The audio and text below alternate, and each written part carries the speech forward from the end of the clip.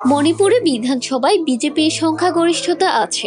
কেন্দ্রীয় বিজেপি সরকার তা সত্ত্বেও মুখ্যমন্ত্রী এন বীরেন সিং পদত্যাগ করার পর শেষ পর্যন্ত রাষ্ট্রপতির শাসন জারি করা হলো উত্তর পূর্বের এই রাজ্যে। এমন নয় যে বিজেপি সরকার গঠন করার চেষ্টা করেনি। বিজেপি কেন্দ্রীয় নেতৃত্ব দলের সংসদ সৌমিত পাত্রকে দায়িত্ব দিয়েছিলেন মণিপুরে সরকার গঠনের বিষয়টি নিয়ে আলোচনা করার জন্য।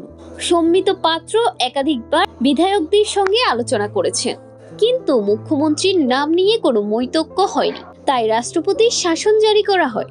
স্বরাষ্ট্র মন্ত্রণালয়ের বিজ্ঞপ্তিতে বলা হয়েছে, মণিপুরে এমন একটি পরিস্থিতি তৈরি হয়েছে যেখানে রাজ্যের সরকার সংবিধান অনুসারে কাজ করতে পারছে না। কংগ্রেসের প্রতিক্রিয়া।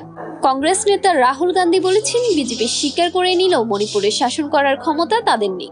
মণিপুর শাসন করার ক্ষমতা তাদের নেই। মণিপুর নিয়ে প্রধানমন্ত্রী আর তার দায় এড়িয়ে যেতে পারবেন না।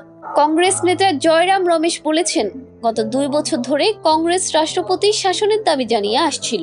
2023 সালে 23 মে থেকে এখন পর্যন্ত 300-র বেশি মানুষ মারা গেছেন।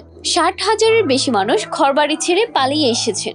সুপ্রিম কোর্ট সম্প্রতি বলেছে, সাংবিধানিক ব্যবস্থা ভেঙে পড়েছে।